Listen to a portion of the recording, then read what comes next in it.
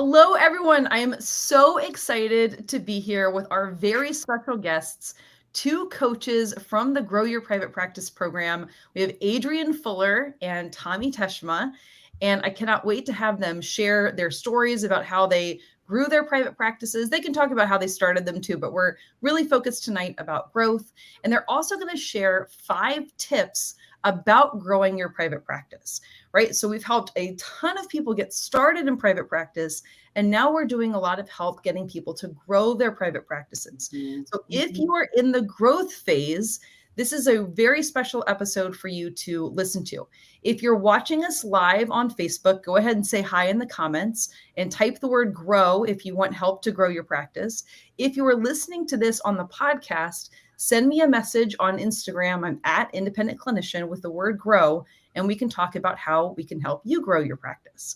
So I thought that we would get started tonight with y'all kind of sharing a little bit about your practices and kind of how you grew them. Adrienne, would you be okay to go first? I'm always okay to go first. My name is Adrienne. My practice is called Speech Builder, Speech and Occupational Therapy. It's located in Central Florida in a little town called Apopka. And I'm a 10-year vet. So I started 10 years ago, and I was really, it was me and only me for a really long time. And then I just slowly kind of grew, and I hired an assistant, and then she was kind of like a student. So she went away, and then it was just me for a while. And then I hired a speech student who was my assistant, who eventually also became like a therapist. And I started off by hiring my friends and that I'd worked with in the schools, because I'd worked in the schools and the SNF.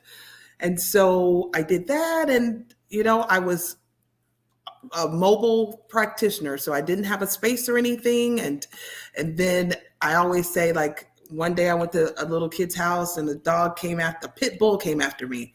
And I was on the second floor of an apartment building, and she was like, "Don't run." I was like, I found an office like the next week. So that was my clue. And we kind of grew from there. Then we rented one room, and then we rented the second room, and then we were out of space, and we're in our place now, and we're out of space there. And so to date, we have 15 people that work plus myself for us. And we are adding a little new addition. I just found out today to our family. One of our therapists has gone into labor. And so it's like so exciting. I didn't know I was going to get so excited. I was like, who am I? So it's like really cool to see people. I don't know, like what we do, it's already great, because for me, I specifically help kids talk and communicate, which is already really rewarding, but it's even more rewarding to help young women specifically live on a wage that they earn from something that I created. And that is, to me, I don't know, Jenna, like, is that mind blowing to you too? Like, you're like, oh my gosh, I pay people and they sustain themselves. So it's like, it's really cool. And it's really, now there's been bumps along the way. I'm never ever shy about saying or talking about the bumps. But at the end of the day, I do really love it. And we get the good times and the bad times, but this is awesome, man. Yeah, I love that. And yes, there are definitely bumps in the road, and that's just kind of par for the course, right? Like you kind of have to, if you want to be able to have a private practice that, that pays for your life and for that of your, employees, contractors, et cetera, like you gotta have some skin in the game. You gotta take some of those risks to make it happen, right? Like one of my favorite sayings is, without risk, there's no reward, right? And so if you want to have those rewards, you have to take some calculated risks, but it's really worth it, right? And so and I want to go back to something. I know you didn't say this on this call, but I've interviewed you lots of times, and we're good friends too. But you mentioned how you really wanted to have a place where your employees were earning like a good wage, right? That you wanted to be a good boss, right? Very true. And I always say that one of those, I don't have to go into specifics, but one of my longest employees ended up leaving us and going to the schools to work. But she said something and she was like, if I left my husband, I couldn't make it myself on what I get paid here. And after that, it's like been game on ever since, because I don't know, that struck, I don't know, that hit me a little different. And it's really important. And even to this day, I struggle with, we want to make the revenue and we want to keep the revenue. But at the end of the day, the people that work for you got to be able to live and sustain themselves. And so that's huge for me. Yeah. I love it. It's been so awesome to watch you grow your practice of the last couple years. And for Tami, I really watched you start your practice, right? You started in Start Your Private Practice program. You and literally watched it start. I literally did. So tell people about that story, because you also have kind of an interesting story about starting and growing your practice. Yes. I'm Tami Teshima, and I want to be Adrienne Fuller. You're so funny. That's really it. Just side note, I did listen to Adrienne's podcast while I was in the process of starting my private practice, her episode with you, and I was like, now we're friends, and it's fantastic. So I started my private practice because I was laid off from the schools, not during COVID. This was in a pre-COVID days. This like pre-Hanks Wilson. They had not had COVID yet. Like it was, it was like a long time ago. So I started my private practice at that point in time because I live in a highly competitive area. Like it's wild here. And I knew that the odds of me getting a job somewhere else were pretty low. So I was like, well, I always wanted to do this. This is probably the time. I'm actually coming up. When is it? When is May 1st? Is it Sunday? It's Sunday. That's our third. That's my third birthday. Is coming up this week, which is kind of crazy. The toddler practice definitely throwing some tantrums lately, but it's all right. Entrepreneurship is not for the faint of heart, but I love it. So anyway, I run a small sized private practice in Grand Rapids, Michigan. I was a solo practitioner for a long time, actually, until it was June last year. I hired a friend of mine to come and do some contract work. But I hired on my first W-2 employee in October, and then I hired on my second W-2 employee in January. And it's been full steam ahead. It's been super wild. Like Adrienne, I was mobile for a long time. And then COVID hit. And, I'm not tracking house to house. So I went teletherapy for a while, and then I got my first office space in June of last year. And June this year, we're moving into a new space that is much bigger and much more conducive to speech therapy. So I'm very excited about that. Currently, we have 2 W-2 speech pathologists, and I have an assistant. Wow. It's Happy Administrative Professionals Day, by the way, like to all the admin professionals who are running it out there. Couldn't do my job without you. Oh my gosh, like truly. And so we're very excited to keep building this team. We're doing some really great stuff. Yeah, and that's just kind of where we are now. Well, and I love that, right? The same thing, like you're only 3 years in, right? Just at 3 years in. And you've also been able to grow a pretty awesome practice in, like you said, in a competitive area. You've got some awesome employees. You're able to do different types of therapy, right? You do, pediatrics and then also voice also, right? And so I think that's really cool to be able to have like a couple of different niches too, and just to be able to grow the kind of practice that you want to have, like for you personally, as well as obviously for the people who you serve in your community. One of the things, before we kind of get into the tips, I often use the term the messy middle to talk about like kind of like the messy stages of growth, right? And so if you think of someone who's kind of coming out of the starting phase, right? They've got their first client, maybe they have their first couple of clients, and they're starting to gain traction, right? They're starting to get more phone calls, more inquiries, and they may be still in a job, right? They still may have a job in the schools or the hospitals, and they're trying to figure out, oh my gosh, how do I possibly grow this practice while I still have this other job, right? And they're really feeling like they're in this messy middle stage. What kind of advice would you give to somebody who was kind of navigating that part of this journey? I would say, well, you know me, it's never just one thing, guys. It's never just one thing. I would say, first of all, it's okay. Claudia Davidson always says, we're playing the long game. Mm-hmm. So there's always, like when you start, there's always this, oh my gosh. And then this group, our groups are so amazing. Like I've never been in communities where we're just so like sharing wins and cheering people on. And sometimes when you see other people's wins, you're like, can I curse on here? Yeah. You'll say like, well, damn, where are my clients? And I just want you to know it's okay to say, I'm going to have this as a side business for a while until I get those systems in place, until I really get a feel for this. It's okay to just chill out and do that. But if you're ready to make a move, because for me, the schools were kind of grating on my soul. God love them. I love the schools. I love what they did for me. But at the end, it was like, I can't do this anymore. Then just know that you're going to have to start to, get ready, change your mindset, and know it's something you can do. You have to first say that.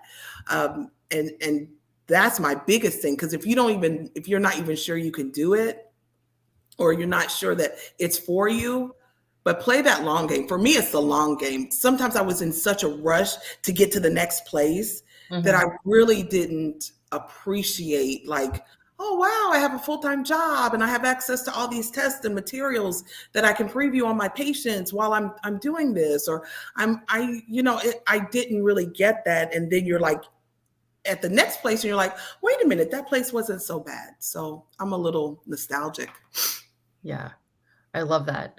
What about you, Tami? What advice would you give to people who are like kind of in that maybe transition phase of thinking like, do I go all in on my practice, or do I like kind of stay like in my safe space at my job?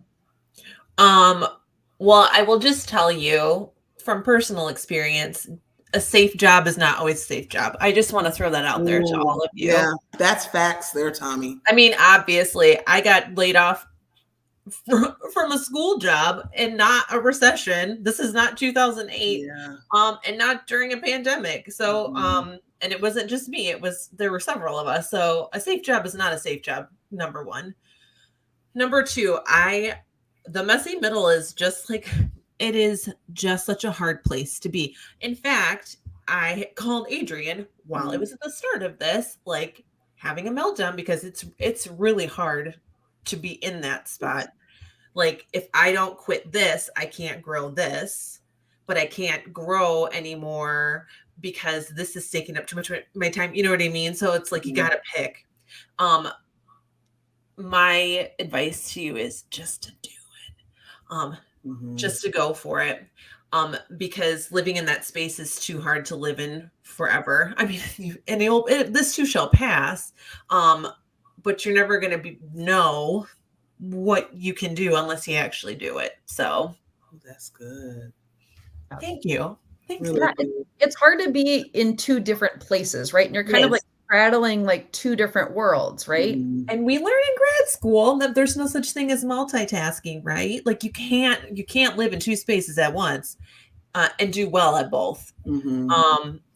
So it's up to you what you want to do, but private practice is the jam. And if this is kind of the decision time for you, just do it. Jump on in. Just do it. Yeah.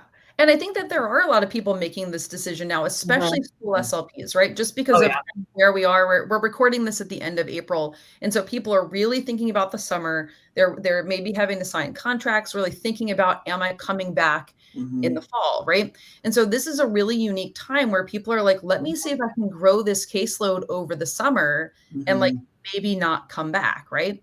And so I think that, there's just different times of the year where people are kind of making these decisions, right? At the beginning of the year, it's kind of like, okay, it's a new year. Maybe this is going to be my last year, like in the schools or whatever. But then people also kind of think that like during IEP season is probably another time when people are thinking that, right? And then like maybe during the summer, people are like, oh my gosh, I don't want to go back, right? And so, I think that there's lots of different times where people are really thinking about this. And at some point, just kind of need to make a decision. Like you can always go back to the schools, right? You can always go back to a hospital. Yes, you can. we're going to talk about that. You can. Yeah, I was going to say that. I was really going to say that because I'm like, we're speech therapists. There's like a shortage everywhere. So even if you do it and you try it, at least you try. Like my thing is, I'd rather have like, man, I'm kind of wish I hadn't done that than I wish I had done it. Like, I don't know. Like, I'd just rather try it at this point and find out than keep pussyfooting around. Also, you can always go back to a school or a sniff as your own contract. Yes. I'm just saying. Yes. Continue, Jenna. Oh, I'm sorry. Right. Continue. Sorry. No, but it's totally true, right? Like you can always go back, right? And they will gladly take you back, right? They'll gladly take you back. But you might not want to go back at that point, right? Like so many people, whether they're in the Grow Your Private Practice program or other people I know have said that. Like I knew I had the safety net, but once I was established, once I had moved along, like there was no looking back. Like I couldn't imagine having a boss anymore, right? Or having someone else set my hours or set my rate, right? And so I think that's also a really cool thing when you get to that other side and you're like, oh, I don't even want to go back. Like someone in one of the comments the other day said that you couldn't pay me $1 million to go back to my school job, right? Because she's like, I have so much more flexibility. I'm making the kind of money I want to make. Like I'm really happy. And you literally couldn't pay me to go back to my other job. And I was like, yes, like I was so proud of her. That's awesome. And can I just say one thing? Because when I was in the super messy middle, I actually did go back to the schools if I'm under my own contract, but I was like, bump this. I'm just going to go back to the schools because this entrepreneur thing is so hard. That lasted for like 4 days, but I had already committed for the school year. So I walked it out. But either way, that's the beauty of what we do. That's the beauty of life. You may feel like you don't have choices. You always have a choice. So even if you're like, I'm putting this thing on pause, I'm going to go back.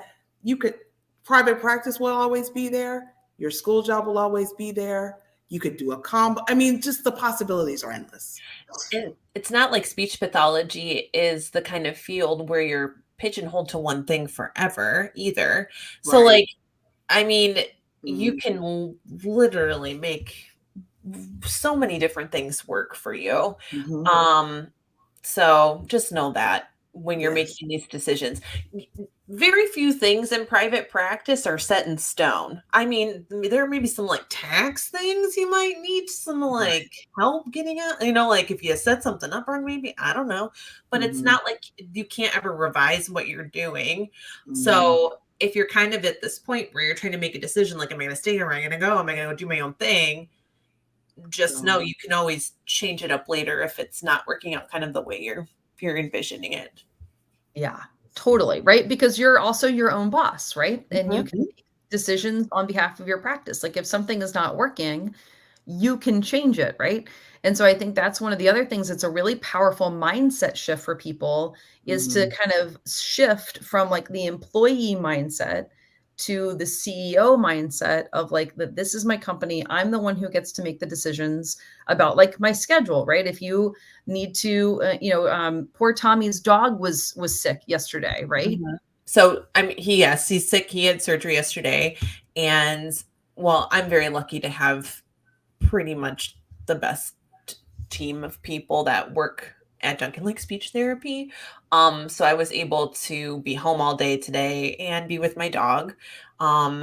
So everybody handled everything and just, I was able to make that decision today. So I was very thankful for that. But like who's going to give you a day off to take care of your dog if you're working at an outpatient, inpatient facility? Like nobody's going to be like, oh yeah, go take care of your little geriatric dog. No one. So, I mean, it's a great little perk being a CEO.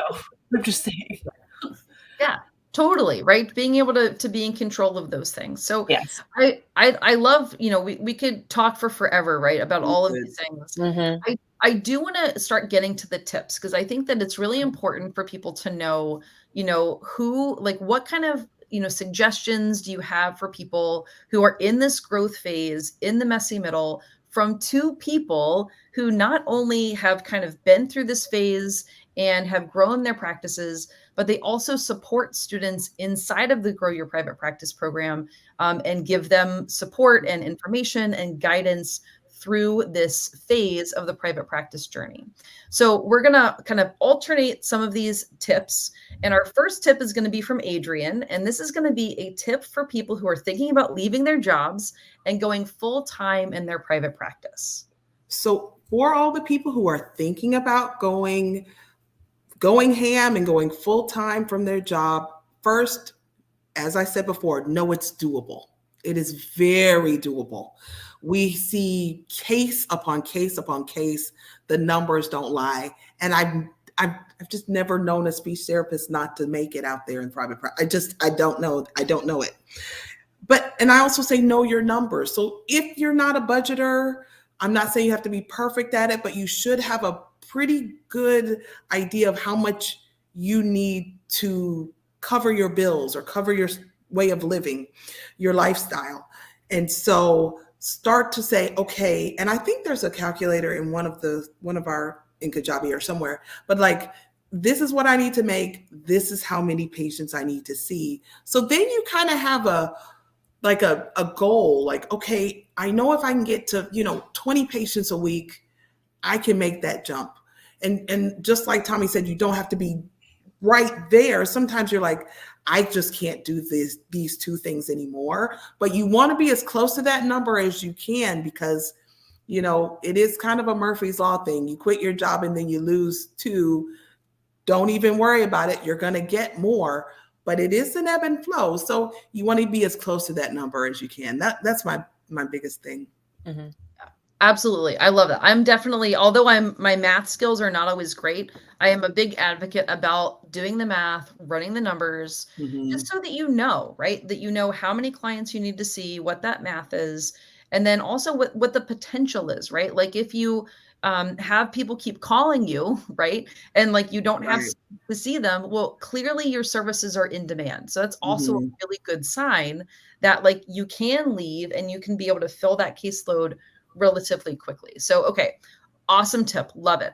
The next tip is going to be from Tami. So this is, Tami, could you share a tip about marketing specifically for people who need to fill their caseload, right? So maybe this person is like quitting their job or about to, and they want to go full time and they know that they need to fill their caseload quickly, or someone who has just hired or is about to hire and needs to fill someone else's caseload quickly. Oh my gosh, there are so many different things that you can do. I just need you all to know this. And I've had to do pretty much all of them because I live in this weird little competitive bubble of West Michigan. So I had to pick from my little basket of tricks here. So I focus mostly on pediatrics. At my clinic, we do gender affirming voice modification. But if you're looking for ways to fill a pediatric caseload, one of the best things you can do to market yourself is talk to daycares. No joke. Offer them a free screening opportunity. You're going to be able to fill your caseload pretty quickly. Because even if you screen, let's say 50 kids, I mean, that's a lot of kids. That's a lot of kids. Okay, let's say 25, because I feel like 50 might be a little unrealistic. Let's say you screen 25 and you get 3 kids out of that. I mean, you do that a couple of times, that's somebody's caseload. And people are pretty willing to do these sorts of things because it's like, you're doing a community service, like, and, you make sure to tell the parents, you don't have to bring them to me. I mean, I'm here, but, you're not there necessarily just to fill your caseload. You are doing like a good thing for the community and promoting like early intervention when needed, but it's a great way to fill a caseload. So, highly recommend doing that. Absolutely. And plus daycares are a great place to be. I just love them in a general sense. Well, it's thanks too, because not only are you going to maybe capture the kids that you're screening, right, who need services, but in the future, right, like when you're not there, right, all of a sudden there's some other kid who has some sort of an issue and they're like, oh, what was that person's name? Oh, Tami, we got to call her. Like, then you kind of become the go-to person for the daycare, even when you're not physically there doing the screenings. So pre-COVID, this is a thing that I did quite frequently. And there was a daycare locally here that I saw a couple of kids at, and they all knew I was there like on Wednesday mornings. So if parents had questions about their kid's speech, the daycare would tell them, Tommy's here on Wednesday mornings. If you come at this time, she'll be done seeing kids. And so that was really great. And even daycares where I just went to see the kid in daycare, I hadn't done a screening there. Once I made that relationship with the providers there, I mean, then they'd be like, oh, can you maybe take a look at this kid if we get permission? You know, it's really great. So they're a great resource to partner with. Love that, right? Being able to kind of do those caseload fillers, as I call it, is really, really important, again, to either fill your caseload or fill the caseload of, you know, a new hire, right? So that you can just get those clients coming in the door, you know, helping more people, increasing your revenue, and just really making your private practice, you know, kind of either start off with a bang, or if you've been in kind of like a low period, like get those referrals in the door and go back, you know, get the feast or famine, right? Get that feast going again, right? This is something that I'm doing even right now, because we're in a bit of a dip right now. So these are things you can always go back to, like even like how we were talking about earlier. Anyway, sorry, Jen, I didn't mean to interrupt. But. Yeah, no, that's totally. But you talked about like a bag of tricks earlier, right? Like this is the kind of thing that like you get out of your bag of tricks when you need to. And so you can always be infusing these strategies to grow your practice when you need to do them, right? Perfect. All right. Our third tip is going to be from Adrienne. And Adrienne, this is a tip about finances. Finances, when it comes to finances, I say, of course, it's just a couple of things. But at the end of the day, you want more coming in than you have going out. And I only say that because in the beginning, you know, you go to Target and you buy all the office stuff, and you want this amazing website, and you want, you know, to go to a graphic artist and get, you know, all your branding, and those things are well and good. But in the beginning, I'm not of the, you have to spend money to make money. No, you do have to spend money, but the goal is to have a business, guys, and not a beautifully branded hobby. So if you have the website that will win awards, but it's not converting people to patients, think about that, because, hey, you really want, sometimes I'm like, couldn't you have just emailed all the directors or all the assisted livings to let them know you're there? Or couldn't you have just dropped off your forms? And I'm not saying don't do it with excellence and don't have it really beautiful, but I just really caution people to really watch the expenses in the beginning.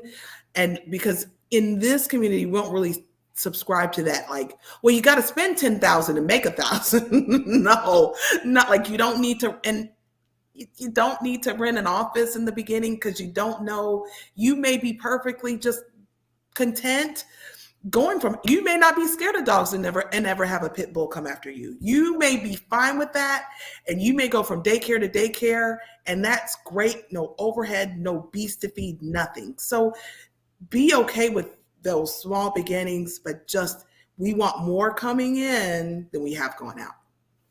Yeah. Which I think is tricky. And that gets a little tricky right in that messy middle. It does.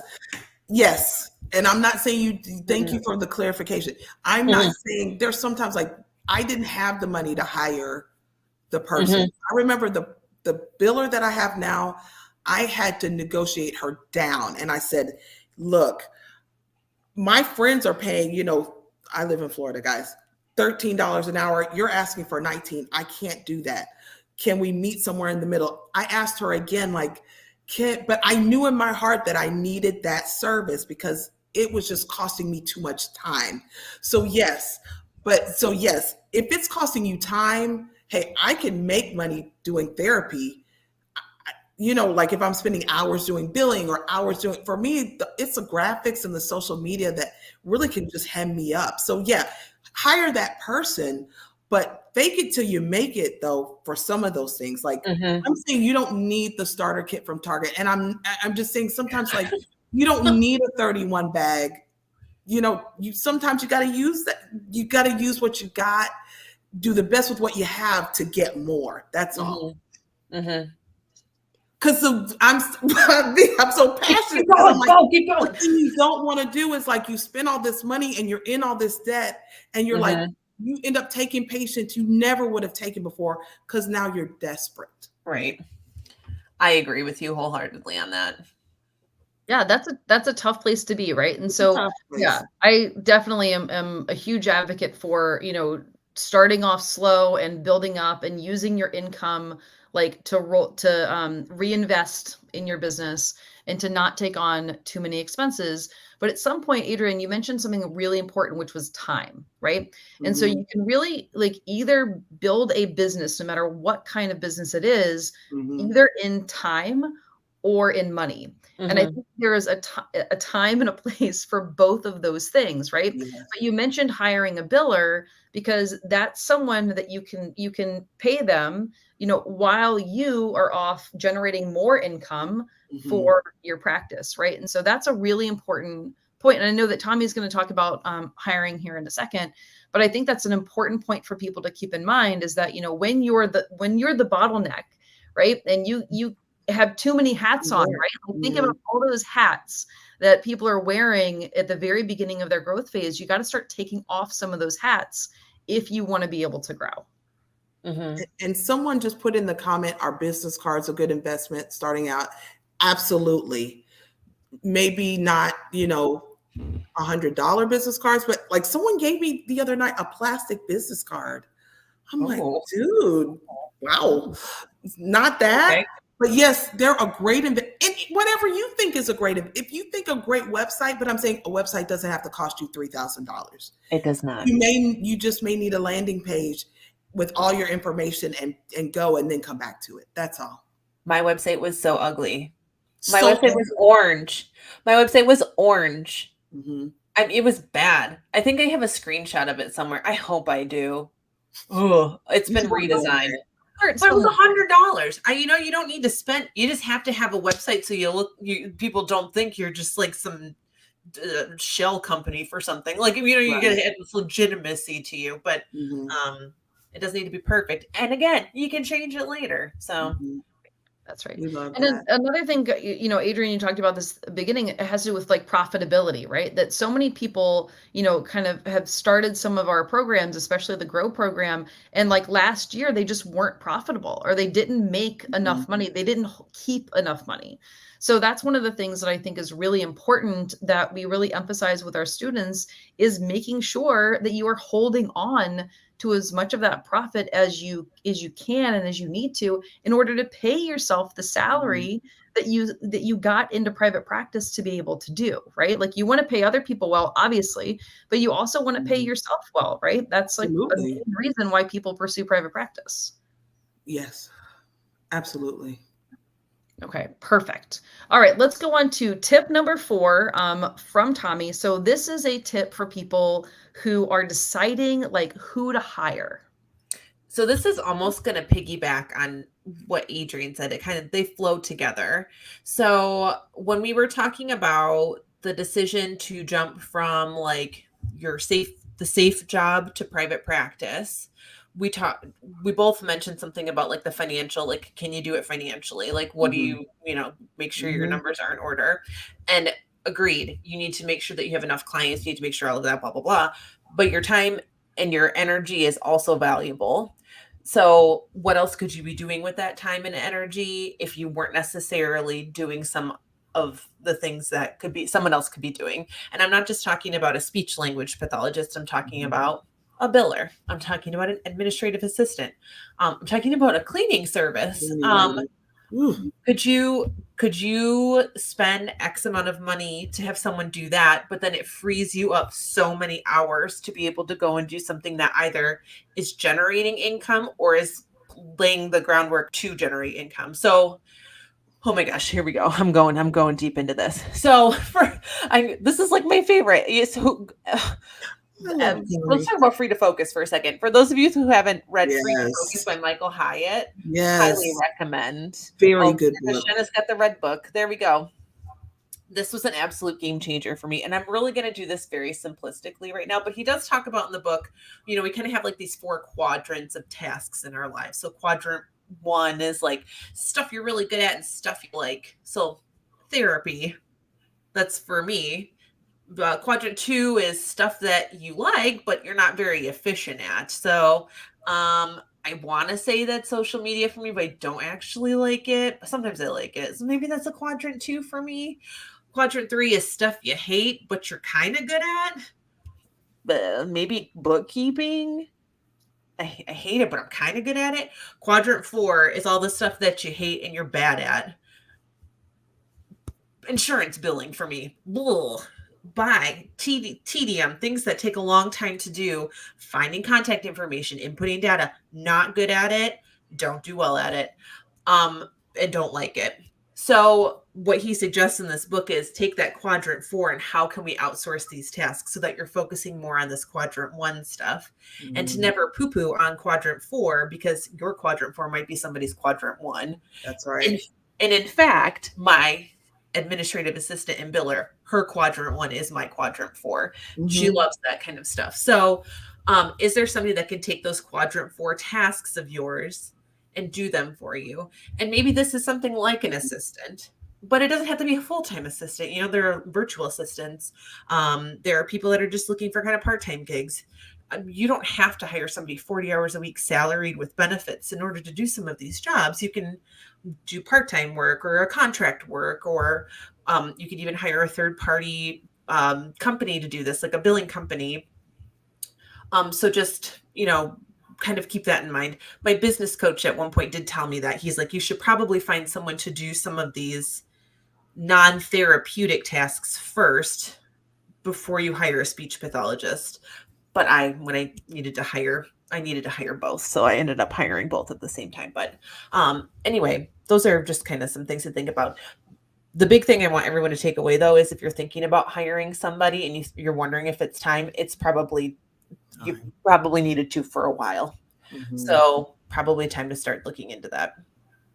Yes, right. Like you don't want to wait until you're so overwhelmed that then you don't have time to figure out who to hire, right? You're really just in like, I don't know, trial by fire mode. Like you just can't, do anything. One of the things as you were talking, Tami, it made me think of, how we think about like skilled and non-skilled therapy tasks, right? And so I kind of think of that way for like administrative assistants, right? Like, is someone doing something that I don't mean to say non-skilled, that there's no skill behind it, right? There is skill behind it, but you don't have to have a clinician doing that, right? And so I think that's one of the other things to kind of think about is, either you don't have to be the one to do these things, like someone has to. And I think especially for people who like, I'm a real like type B person who like kind of struggles with organization sometimes, like, and I feel like I drop the ball on things like, so for me, hiring somebody to do administrative tasks is like the most important thing because you need to like hold on to the money, right? So if you're the kind of person who is like neglecting to follow up on invoices and like not going after like insurance reject, like all that kind of stuff, then you probably do need to have an administrative help to make sure that you're capturing the revenue that you're generating and not losing it, right? And so that's where having a non-clinical hire can really be important, is if you are dropping the ball on things and if you're losing money, right? Don't think about this person as an expense. Think about them as a way to save you time and also hold on to the money that you are generating. And my assistant right now is actually working on several different projects, and one of her projects has been to gather up different lists of providers that do X, Y, and Z. Private practice pediatricians, gender affirming providers in our area, adult skilled nursing home, directors of rehab, like things like that. And she's compiling all this stuff, and it saves me the time to do it, but then I get to call and I get to go run the stuff. So I'm income generating or potentially income generating stuff that she's taking care of a big chunk of it for me. So, I mean, it's amazing. She's also amazing. Shout out Leah. She's not shout outs. We're doing shout outs now. I love it. I love it too, right? It's so great to be able to love the people who it is. And right? And sometimes they're like they play such a valuable role in our lives. I do anything for the people, especially that admin team. I'm like, what do you want? How can we get it? Because it is finding like that perfect, like peanut butter to your jelly kind of person. Oh my it's gosh, really so true. I'll literally give you whatever you want. Yes. Yeah. It's true because they support you and they support the business. And I think that, Mhm. again, almost more than the income generation that they help you do kind of indirectly is the time savings. And Mhm. just what you said, That's huge. Tommy, about like your quadrant 1 and their quadrant 4, whatever. It's like, like me with spreadsheets. I hate spreadsheets. I have no idea how to use spreadsheets, right? But the Mhm. person who helps me in my business with spreadsheets, well, she loves them, right? She's Mhm. like an expert spreadsheet person. And Shout like, out Carolyn. shout out to Carolyn. Like, I can't do that at all, right? And so we need to find that balance, right? Where, Mhm. where Yes. you can stay in your zone of genius and other people, whether they're on the non-clinical team or the clinical team, right? Like if you have, someone who like specializes in fluency and maybe that's not something you do, but if that's their jam and you get a lot of those referrals, then hire that person to help with like those types of referrals. Some people's. Your therapeutic quadrants. Ooh, we could go into that later too. Ooh, Oh, that's a good one. that Therapeutic. is a I good love one. that. I love that. I love that. Y'all should do a training on that and grow. Ooh, your Ooh, therapeutic that is a quadrant. good Adrienne. Ooh, one. that's smart. Oh, Somebody write it down. Rachel. Perfect. Yeah. Shout out to Rachel too. Rachel is Shout our out Rachel. program manager for Grow Your Private Practice. yes, Okay. So amazing. I have one last tip that I want to end with here, which really is about a tip about being ready, right? And kind of, again, we talked about this earlier, but like making that decision about, are you ready to grow your practice or not? And I'll never forget, this is a quick story with a mentor of mine who, she had a program that I was thinking about signing up for, and it was kind of expensive. It was a big investment in myself, a big investment in my business. And I asked her, like, do you think I'm ready? And she looked at me straight in the eyes and she said, you're ready if you believe that you're ready. I was Mhm. like, Mhm. oh, okay. And so I was like, well, then I guess I'm ready. And she's like, okay, then you're ready. And so basically, this kind of illustrates that readiness isn't really a feeling, right? People wait to feel ready. And if you wait to feel ready, like you're going to be waiting for a really long time. So I want you to start to think about readiness as a decision, right? It's a choice. You choose to be ready, you decide to be ready, and then you do the things that you need to do in Mhm. order to make that whole thing happen, right? Like I've never gone skydiving before, but I could imagine, have you either of y'all gone skydiving? The hard pass. Hard pass, me too. But like the people, I know people who have done it, right? Probably that moment before you jump out of a plane, you're like, well, I don't know if I'm ready for this, right? But like you're in the plane, it's time to go, right? And so you decide to do it, right? So that's kind of where this whole like growing your practice thing really is a choice and it's a decision. And some people make the decision to grow their practices and some people decide not to. And there's, Not do to. whatever feels best, for you, but at some point you really do have to make a decision and it Mhm. feels good to make a decision, right? Earlier we talked about like straddling two worlds, right? You're like kind of in like the I'm employed by a school world and also like I have my own practice world, and it's really hard to be navigating those two worlds at the same time. So at some point you really do have to decide, am I doing this or am I not?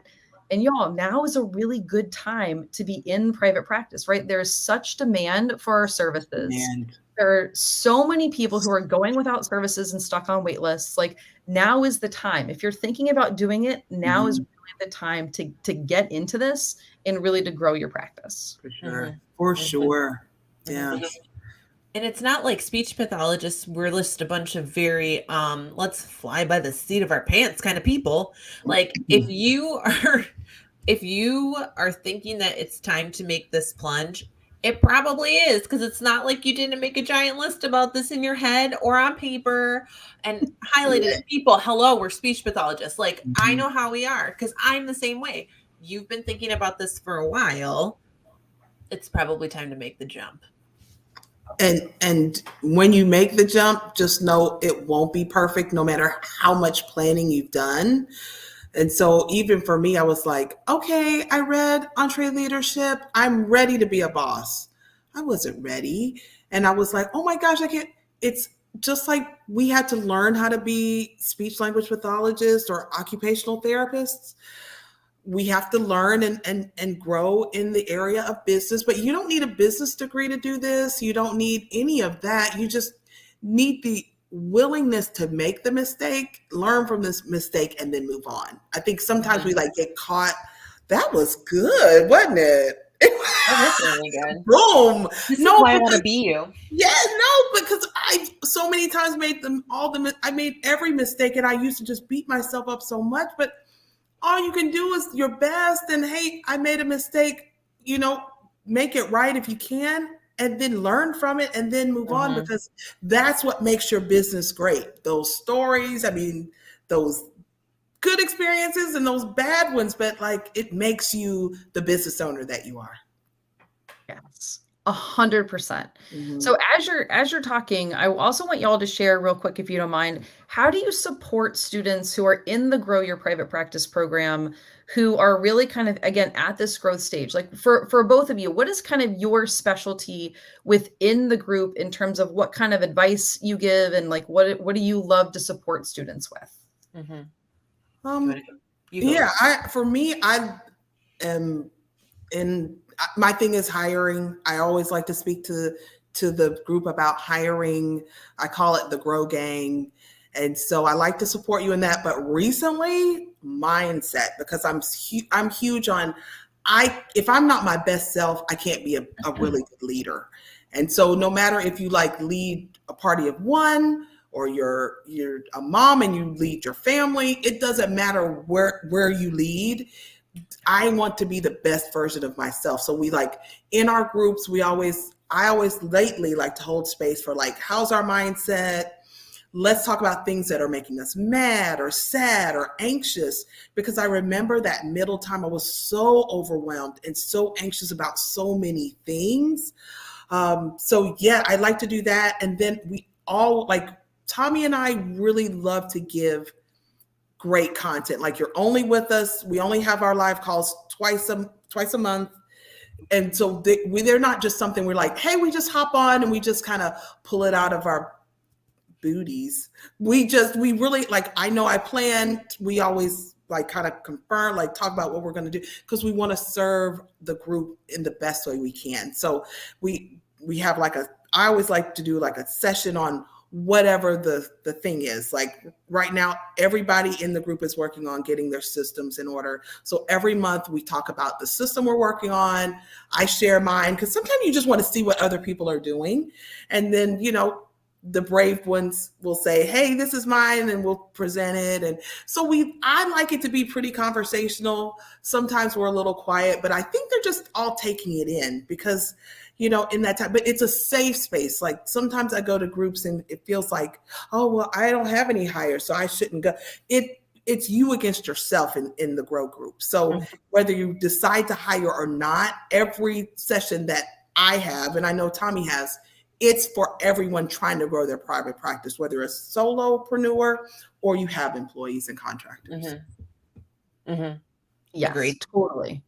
All right, what about you, Tami?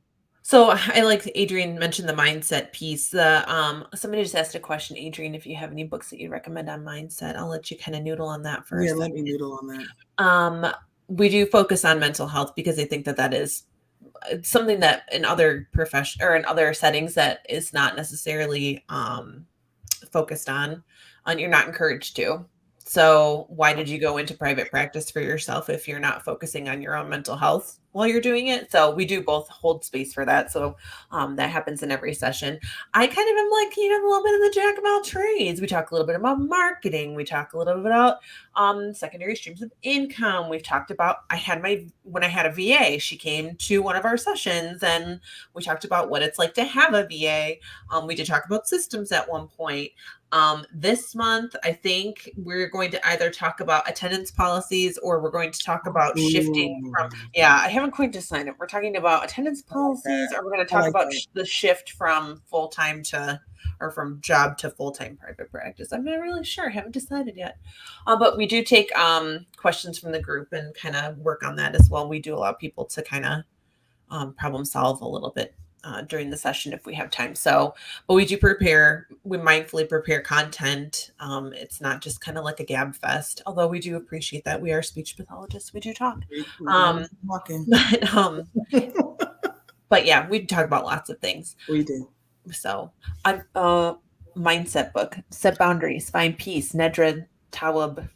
Yes. Yes. Tawwab. I don't Ooh, know what color it is, but I Lover. have it over there. So. Nedra Tawwab, Nedra and Tawwab. she has an amazing social media. I Oh, mean, IG. Oh my gosh, she drops like gems. yeah. Boundaries by Dr. Henry Cloud is a good one for me. And then I read a lot, but they're like business books. I follow a lot of people that help me with mindset, specifically Rachel Rogers, We Should All Oh, Be Millionaires. Well, like that's an awesome book about just shifting your life as far as like how you feel about money and why we feel the way we feel about it is good.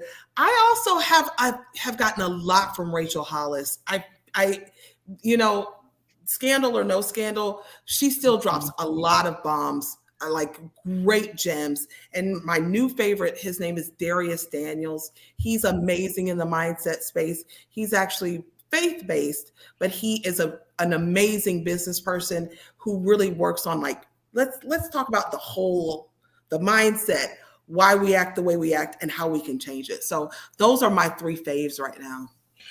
Rachel Rogers. I just formed my own networking group because I couldn't find one that fit my needs, so I just started my own. And everybody in my networking group is going to read "We Should All Be Millionaires." Should be required reading for anybody in the messy middle. It really is very empowering. It is not like one of those overwhelming kind of like business books can be sometimes. It's just very like, oh, I should be a millionaire, shouldn't I? Yeah. Yes. Well, it's practical too. Like she really shares. Yes. It's a lot of mindset, but it's also like some practical advice about like what you should do in order to just move your career along, right? Move your life along, right? In the Grow group, we use the hashtag level up as our like official like win thing. Like if you got to win, you say, you know, what is your level up of the week or of the month or whatever.